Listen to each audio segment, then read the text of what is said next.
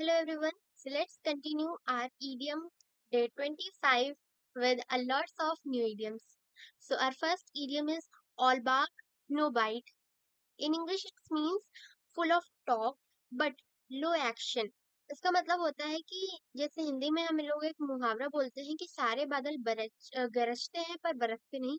ये वही वाला इडियम है। तो चलिए नेक्स्ट देखते हैं। नेक्स्ट है all roads lead to Rome, different routes lead to same goal. मतलब अलग अलग रास्ते एक ही लक्ष्य को दर्शा रहे हैं। मतलब कई सारे लोग अलग अलग रास्ते चुनते हैं लेकिन उनकी मंजिल क्या होती है, एक ही होती है। Next is bell the cat, to undertake a risky task. किसी बिल्ली के गले में घंटी बांधना मतलब कोई मुश्किल टास्क को पूरा करना। अगला है हमारा बैक ईट ड्राइविंग। इसका मतलब होता है ऑफरिंग एडवाइस विदाउट रिस्पॉन्सिबिलिटी। कोई ऐसा इंसान जो बस एडवाइस ही देता है लेकिन उसके ऊपर कोई रिस्पॉन्सिबिलिटी नहीं है। Next is back on one's feet. इसका मतलब होता है to be healthy again after sickness. बड़ी बीमारी के बाद फिर से सही स्वस्थ हो जाना। आप बीमार थे और उसके बाद आप स्वस्थ हुए और फिर से अपने पैरों पे खड़े हो गए। इसको कहते हैं backs on one's feet. Next is beet red. इसका मतलब होता है टू बी एम्बेरस्ड और एंग्री।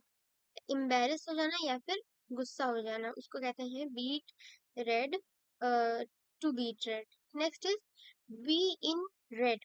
इसका मतलब होता है टू बी इन लॉस। एक होता है बी इन ब्लैक। तो बी इन ब्लैक का मतलब होता है कि आपने खर्चे से ज्यादा चीजों को बचाया, तो उसको कहते हैं बी इन ब्लैक। और बी इन रेड का मतलब होता है कि आपने आप लॉस में हैं, आप लोन में हैं।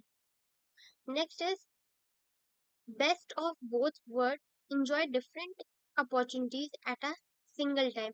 हिंदी में आपने एक मुहावरा सुना होगा कि पांचों उंगलियां घी में, तो ये उसी मुहावरे को इंग्लिश में कहा गया है, best of both word. Next is bed of thorn, मतलब कांटों का बिस्तर, full of difficulties. Next is bed of roses, and enjoyable state, मतलब सुखी दिन। ठीक है। फिर है ब्रेड एंड बटर। तो ब्रेड एंड बटर को इंग्लिश का मतलब होता है मेन सोर्स ऑफ इनकम।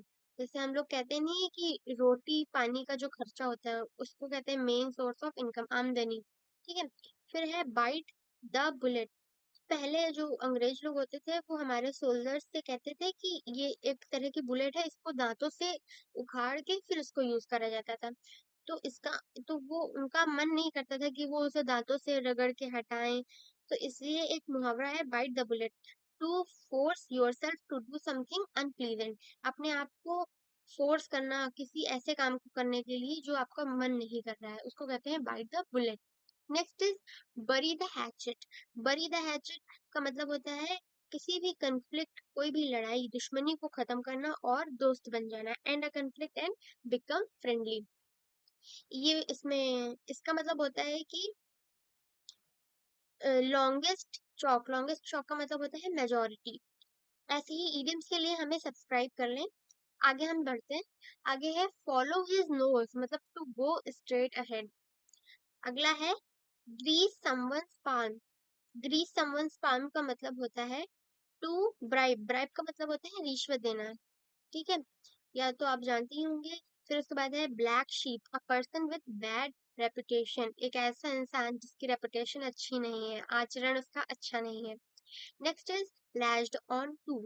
इसका मतलब होता है प्रमोटेड। अराउंड द क्लॉक मतलब डे एंड नाइट। फिर है वॉकिंग ऑन एयर, हवा में मत उड़ो। इसका मतलब होता है टू बी वेरी हैप्पी। फिर है raise the bar. Raise the bar का मतलब होता है टू सेट हाइयर गोल, और हाई और अच्छे बड़े बड़े अपने गोल्स को सेट करना ताकि हम और भी ऊंचाई तक जा सकें। Next is to take a chill pill. इसका मतलब होता है to calm down. Pipe dream ऐसे ड्रीम होते हैं जो जिनका कंप्लीट होना इम्पॉसिबल की तरह होता है।